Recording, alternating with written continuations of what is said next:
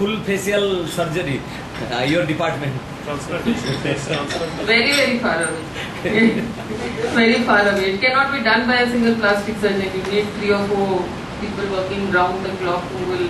Somebody has to harvest it from the cadaver with keeping the veins and arteries intact. Somebody has to re-anastomose it here.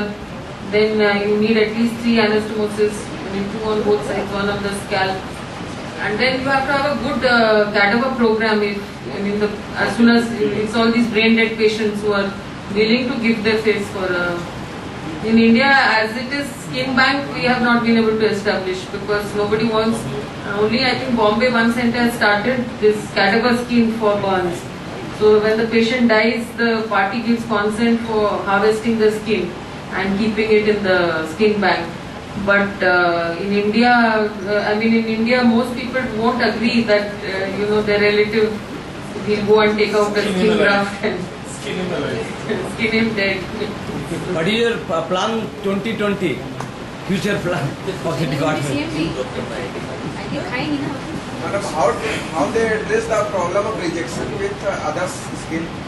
They are on lifelong, like kidney transplants and all, they are on lifelong immunosuppression. That is the problem. They are on lifelong immunosuppression. And finally, actually, they started it first with these arm transplants. They did from here they took a cadaver arm. And the first patient they did it on requested an amputation 2 years down the line.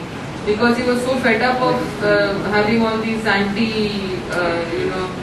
suppressants and all the time there was a rejection and there was a thing. And recently in our conference there was a Chinese team who had come and they did a face transplant about 2 years back because Chinese literature does not come out in the world. He said that they did a transplant for a patient who was mauled by a bear.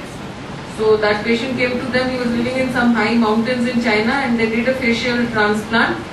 And the patient was diabetic also, and the transplant worked. He stopped all his medicines. He came back with an acute rejection in 6 months. Then again they put him back on the medications. He was living in such a remote area where I think he didn't even have access to all those medicines.